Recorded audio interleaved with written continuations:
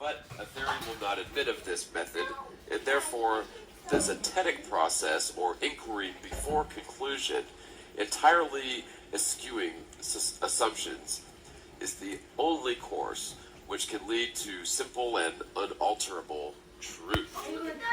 Whoever creates or upholds a theory adopts a monster, which will sooner or later betray and enslave him, or make him ridiculous in the eyes of practical observers. Closely following the subject of circumnavigation, the gain and loss of time discovered on sailing east and west is referred to as another proof of rotundity. But this illustration is equally fallacious, with the last and from the same cause, viz., the assumption that a globe only could produce the effect observed. It will be seen by reference to diagram figure 19 that the effect must take place equally upon a plane as upon a globe. Let the ship WE, upon the meridian figure 1 at 12 at noon, begin to sail towards the position figure 2, which it will reach the next day at 12 or in 24 hours. The same 24 hours will have returned only to figure 1, and will require to move for another hour or more until it reaches the ship at figure 2, making 25 hours instead of 24, in which the sun would have returned to the ship if it had remained at figure 1. In this way, the sun is more and more behind the meridian time of the ship as it proceeds day after day upon its westerly course, so that on completing the circumnavigation, the ship's time is a day later than the solar time, reckoning to and from the meridian at Greenwich. But the contrary follows if the ship sails from figure 1 towards figure 4, or to the east, because it will meet the sun 1 hour earlier than the 24 hours which would be required for it to pass on to figure 1. Hence, on completing the circle 1, 4, 3, 2, 1, the time at the ship would be 1 day in advance of the time at Greenwich, or the position figure 1. Captain Sir J.C. Ross at page 132, volume 2, says, November 25th, it's the quote, having by sailing to the eastward gained 12 hours, it became necessary on crossing the 180th degree and entering upon west longitude, in order to have our time correspond with that of England, to have 2 days following the same date, and by this means lose time we had gained, and still were gaining as we sailed to the eastward. End quote. In further illustration of this matter, and to impress the mind of the readers with its importance as an evidence in support of the theory of the Earth's sphericity, several authors have given the following story. 2 brothers, twins, born within a few minutes of each other, and therefore of the same age, on growing to manhood went to sea. They both circumnavigated the earth, but in opposite directions, and when they again met, one was a day older than the other. Whatever the truth there may be in this account, it is here shown that be no more favorable to the idea of rotundity than it is to the opposite fact that the earth is a plane, as both forms will permit of the same effect. Another phenomenon supposed to prove rotundity is found in the fact that Polaris, or the North Polar Star, gradually sinks into the horizon as the mariner approaches the equator, on passing which it becomes invisible. First, it is an ordinary effect of perspective for an object to appear and I'm just lower waiting and for lower it to as get the to like observer a recedes. super Let anyone try the experiment violent of boil, looking at a and lighthouse, then I'm going to turn church it down spire, to about monument, gas lamp, 6 or other elevated object from the distance of a few yards, and notice the angle at which it is observed. On going farther away, the angle will diminish and the object appear lower, and until, if the distance be sufficiently great, the line of sight to the object and the apparently ascending surface of the earth upon which it stands will converge to the angle which constitutes the vanishing point at a single yard beyond which it will be visible. This, then, is the necessary result of the everywhere visible law of perspective operating between the eye line and the plane surface upon which the object stands, and has no relation whatever to rotundity. It is not denied that a similar depression of a distant object would take place upon a globe. It is simply contended that it would not occur upon a globe exclusively.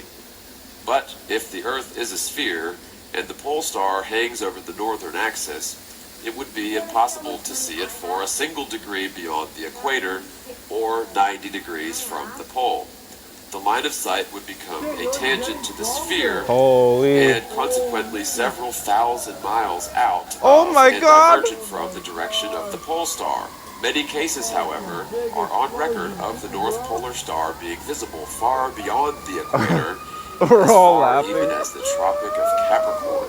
In the Times newspaper of May 13, 1862, I think that's a under the head recycle of, depot. quote, Naval and Military Intelligence, end quote, it is stated that Captain Wilkins distinctly saw the Southern Cross and the Polar Star Mushroom cloud at midnight in 23 hours 53 minutes degrees of latitude and longitude 35 hours 46 minutes. This would be utterly impossible if the Earth were a globe, as shown in the figure. Oh man, that's going towards my house. Holy. Figure 20. Let N represent the North Pole, EE the equator, CC the Tropic of Capricorn, and P the Polar Star. It will be evident that the line of sight CD, being a tangent to the Earth beyond the equator E, must diverge from the axis N, and could not by any known possibility cause the star P to be visible to an observer at C. No matter how distant the star P, the line CD being divergent from the direction NP could never come in contact with it. The fact then that the polar star has often been seen from many degrees beyond the equator is really an important argument against the doctrine of the Earth's rotundity. It has been thought that because a pendulum vibrates more rapidly in the northern region than at the equator, the Earth is thereby proved to be a globe.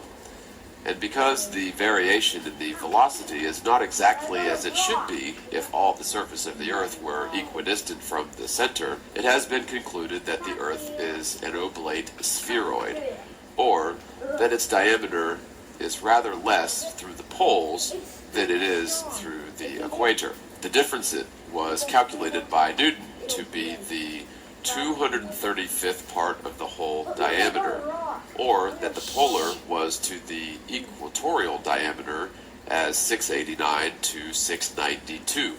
Huygens have the proportion as 577 to 875, or a difference of about 1/3 of the whole diameter. Others have given still different proportions, but recently the difference of opinion has become so great that many have concluded that the Earth is really, instead of an oblate, an oblong spheroid. It is certain that the question, when attempted to be answered by measuring arcs of the meridian, is less satisfactory than was expected.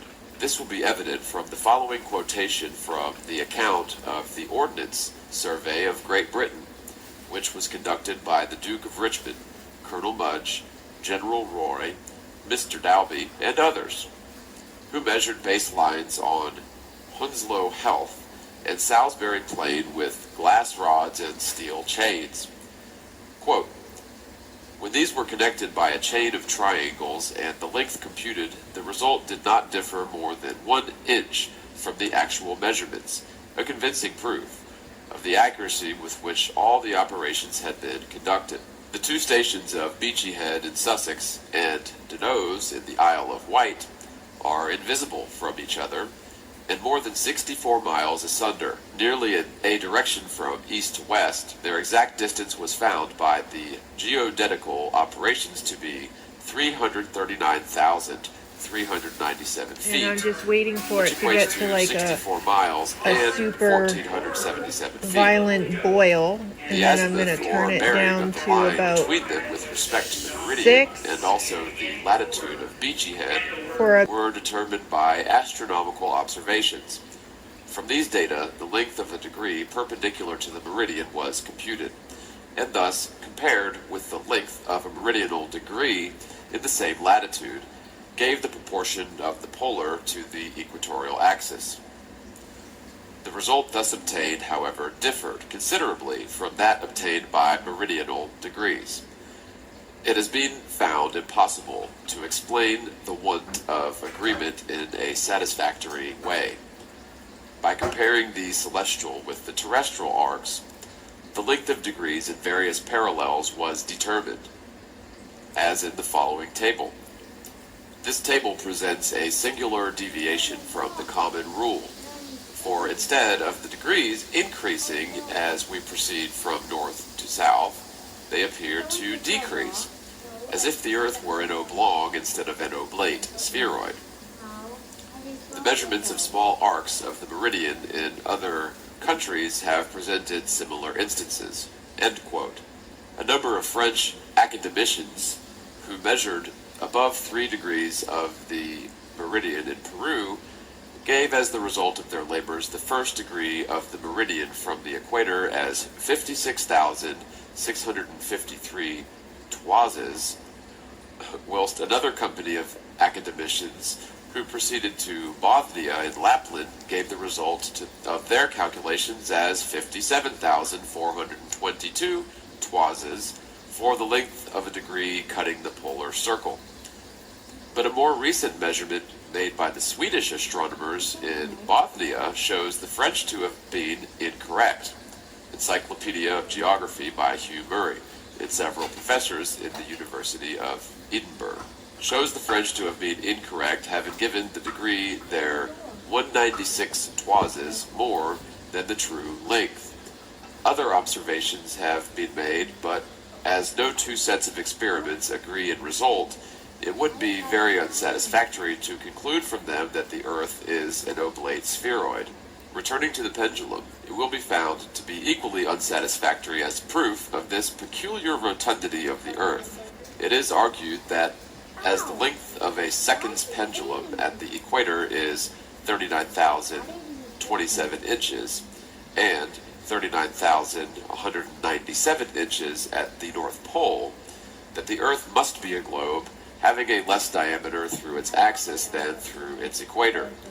But this proceeds upon the assumption that the Earth is a globe having a center of attraction of gravitation towards which all bodies gravitate or fall. And as the pendulum is a falling body under certain restraint, the fact that it oscillates or falls more rapidly at the north than it does at the equator is a proof that the north is nearer to the center of attraction or nearer the center of the Earth than is the equatorial region. And, of course, if nearer, the radius must be shorter, and therefore the Earth is a spheroid flattened at the poles. This is very ingenious and very plausible, but unfortunately for its character as an argument, this essential evidence is wanting that the Earth is a globe at all. Whether oblate or oblong or truly spherical are questions logically misplaced. It should also be first proved that no other cause can operate besides greater proximity to the center of gravity to produce the variable oscillations of a pendulum. This not being attempted, the whole subject must be condemned as logically insufficient, irregular, and worthless for its intended purpose.